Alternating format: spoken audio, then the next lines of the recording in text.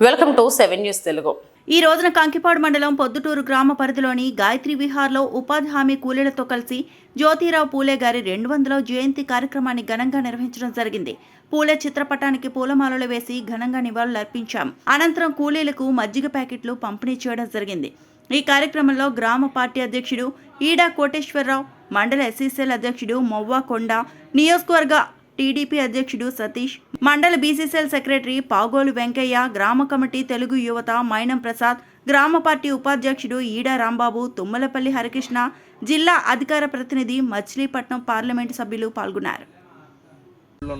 వాళ్ళ చదువుకి ఇళ్లలోంచి బయటికి రాకూడదు, కానీ అప్పట్లోనే మహిళల కోసం పోరాటం చేసి బయటకు వచ్చి మహిళలు కూడా స్వేచ్ఛగా జీవించాలి, వాళ్ళు కూడా ఉపాధి పొందాలని చెప్పి ఆ రోజులు 150 సంవత్సరాల క్రితమే పోరాటం చేశారు.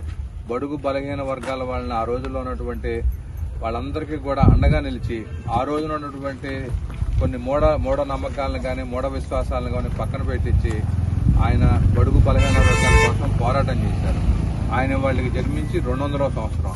ఆ సందర్భంగా గవర్నమెంట్ ఏంటంటే దాన్ని ప్రభుత్వ పండగగానే ప్రకటించిందనమాట.